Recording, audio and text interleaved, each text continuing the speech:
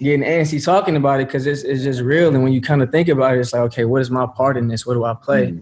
I got to educate myself so I can know what to talk about. I got to educate myself so I can know what to do, what roles to take, what roles to write, what stuff to be a part of. And By the way, bro, it's okay to shed a couple thug tears, bro.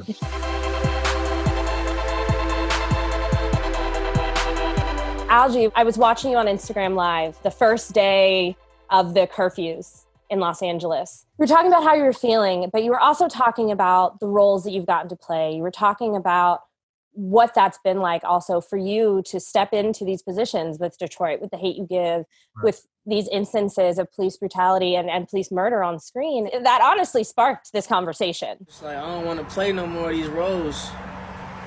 And it's just like, that's how I feel right now.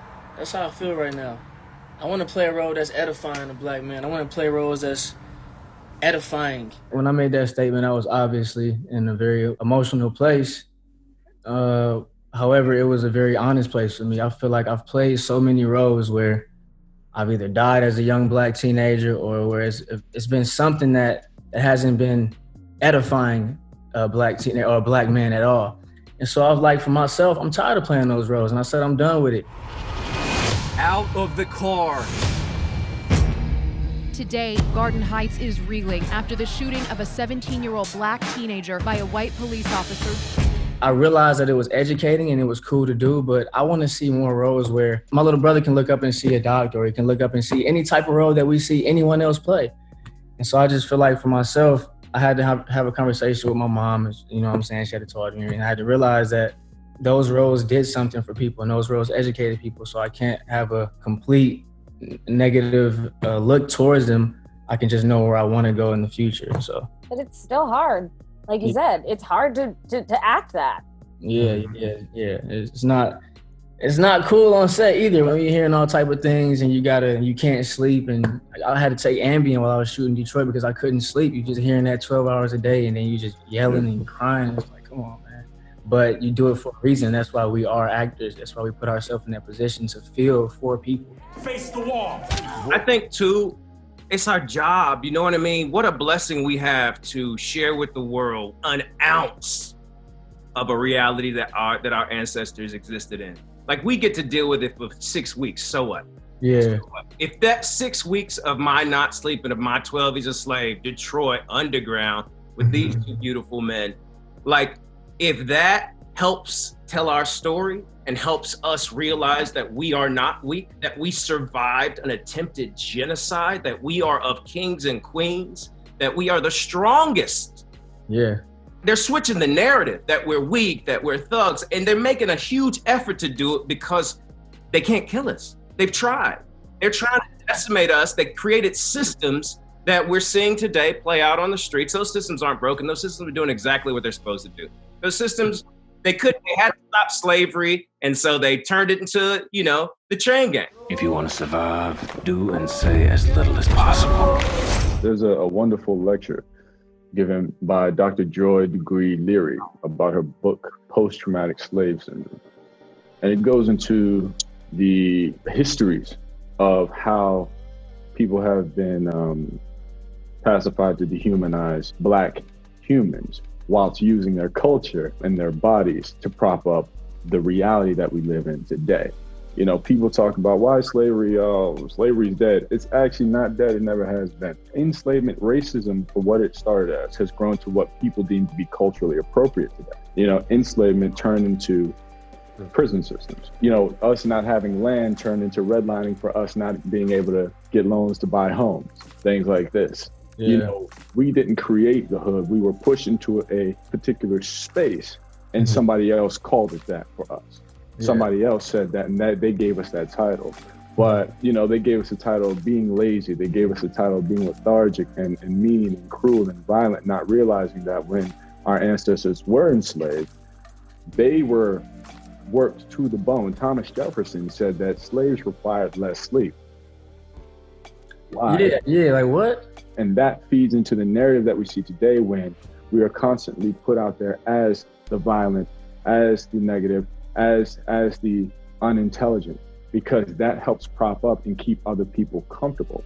Right. And what we're asking for and fighting for, no longer asking, we're taking it, is equality. Because something we have never experienced in the history of this country is Black people fighting for superiority. We've only fought for equality. There's a difference. Absolutely. I mean, it's demanding at this point because it should be demanded. It's been asked for, it's been suggested. What else can we do? Speaking to just the scope of what's going on this year, another thing, a buddy of mine, he said a metaphor. His name is Grant Gilsdorf. He said, 2020, it's funny how 2020 means perfect vision. And this year, that's crazy. We're able to see clearly, a lot of people, not just the Black people, a lot of people are able to see clearly what we've been talking about for so long. Hey, now the question is, what can you do about it? I have a question, Al. What's that? Does your boy know my cousin? Because he literally told me the same thing a week and a half. I don't know, man. I'm gonna have to go find out. Derek and Algee, you were talking a little bit off camera earlier about how this moment feels spiritual. Derek, talk a little more about that. You know, I grew up in a kind of, complex environment. I grew up in Jersey and, in a city like some and not for others. And my dad was a pastor. He was an actor, but turned pastor, interesting. And so, in my home, the policing that went on at my home was always about behavior.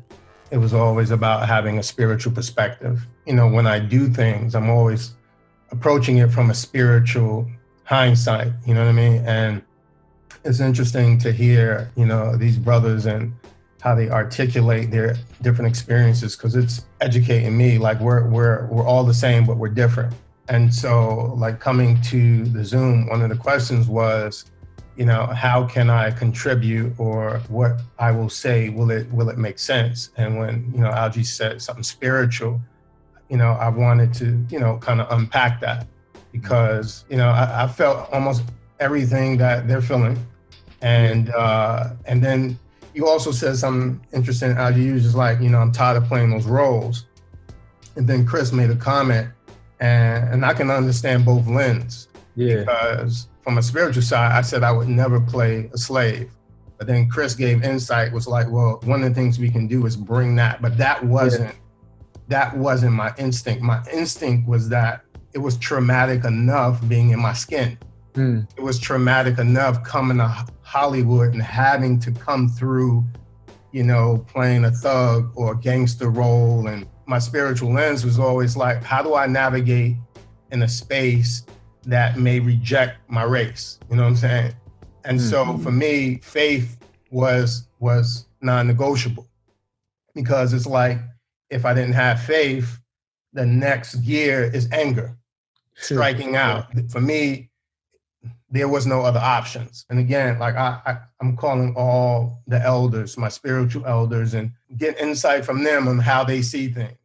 No, I definitely agree. Myself as well, I grew up in a household where when I was a baby, my mom, she found her faith. And so she raised me in that, to have a faith in a higher power. When this whole Corona thing happened, when 2020 started, there was some weird energy going on that I kind of felt. But when Corona happened, I kind of got angry. I got a little bit upset, because I had a lot of things that I was working on, that I felt like I was working on, that I was trying to do, that just stopped. And I had to step back and look at it and understand that, from my perspective, I think this is spiritual, and not just with Corona, but also with what's going on with Black lives and what's going on with Black people, and with our experience, and our experience being felt by the world. You have people in every type of country on the streets, and you can hear them, their voices shouting and they're yelling, and they're crying for justice for people that have been crying for so long, and have been crying, but we're not crying anymore. We've been pushing on for so long. We dealt with the crying. Now we've been pushing on, but they're feeling our push on. That's spiritual. And it's a lot of spiritual warfare going on with the other side as well. I feel like it's very deep to talk about. You can hear I'm kind of getting antsy talking about it, because it's just real. And when you kind of think about it, it's like, okay, what is my part in this? What do I play? I got to educate myself so I can know what to talk about. I got to educate myself so I can know what to do, what roles to take, what roles to write, what stuff to be a part of. By the way, bro, it's okay to shed a couple thug tears, bro. Yeah. No, yeah, I'm gonna go there. We can get emotional, bro. Yeah. I kind of want to speak to your point about taking a stance on roles. I remember when I was 14, I sort of made the same decision with my agency at the time, and I said, look, I'm not doing any more thug or athlete roles. primarily because that's all that was being handed down. But I'm a nerd. Like, you know, my other job outside of entertainment is engineering, and I'm self-taught. You know, that's what I do because that's what's natural for me. It's normal because I've seen that. My frustration with the industry was that what was normal and what was actually real was not being portrayed. There was only a very small percentage, minutia, of what the Black culture experiences that was being portrayed to the masses as the majority, the totality rather of our definition as a culture. And it was really disheartening. So I said, look, I'm not doing any of this anymore, right? Took a stance, of course, you know, you lose a couple jobs, you sacrifice a little bit, and it's all good because it pushes your career, drives your career to a very specific point. And then as I got older, there are opportunities that came my way that were challenging. Much like Derek, I said, look, man, I'm not playing the slave, da-da-da. And then I remember when Underground came around, and I said, how do we watch 5 or 6 seasons of our pain? But then when I read it and I saw how it was distributed and told, I said, oh, there's a difference here. Chris, you can speak to this as well, is that people saw that, yes, we were enslaved, but it showed us fighting for ourselves. I've been a slave all my life, waiting to die, to live for a miracle. But I'm done waiting. So when it comes to those kind of roles, if it is something meant to celebrate or call attention to those specific points, it's very tough because it's like you got to trust the process, you got to trust the project. But is this project going to serve to elevate the perception of my culture, or does it serve the detriment of my culture? And that is a responsibility that we carry, and is often the risk we take as entertainers given our portrayals. I appreciate you putting it like that because I understand it, and I understand it in a completely different way. As soon as you said that, brother, I understand exactly where you were because I was like, yo, I was right there, and I get it because most people don't get is that they don't see that of the very specific roles that you've chosen, are probably about 80 and 90% of the roles that you had passed your way to get to those roles were trash. You know, because it shows. So here's my stance on the thug thing, right? If it is somebody's idealized imaginary version of what a thug is based on this is what I think Black people look like, nah, I'm not with it. If you're talking about a deeply conflicted human being who's in a position that is trying to do more and can't, and you want to show a struggle because there's a full story to tell and there's value to it, I will consider it differently. However, if it is purely your naive lack of cultural awareness to jump into this story and this is how you see Black people because, you know, well, Black, da-da-da-da, and I have a Black friend, da-da-da. Nah, I'm not with it. Because that does more to add damage than it ever will do to help and serve. And I'm not trying to sell my soul for a check. Right. Well, because then it's just caricature. And Chris, you know, there was a moment, particularly in Underground, that I thought of where William Still is having this conversation with Frederick Douglass about that image. Well, if it's one thing I've learned from your print, it's that the success of the abolitionist movement hinges on Northern public support. And from you, sir, nothing inspires said support more than the heroism of the runaway. I do have my concerns that we're often too public when we speak of our secret network. There is a balance that needs to be found, but tales of successful flight can inspire those yet in bondage to action. Chris, I would love to talk about those experiences for you. You know, you have played roles all over the spectrum. Right now, even in Perry Mason, you're playing a detective who is having to work his way in 30s LA in this very white world. I love this. First off, so I love y'all, brothers. Thank you. Second, I never said I wouldn't play a slave or a thug. And you know why? Because they would never hire me to play it in the way they would want it to be played. Because those jobs, even if I auditioned for them because I was broke and 20, I would be like too grounded, too round, too real. And those horrible people don't want us. I think it is so important to tell our story. I think it is so important that our children see our story. I was doing some workshops in a school, and the book never said slavery, the history book. It said indentured servitude. So if we don't tell our story, they're gonna change that story.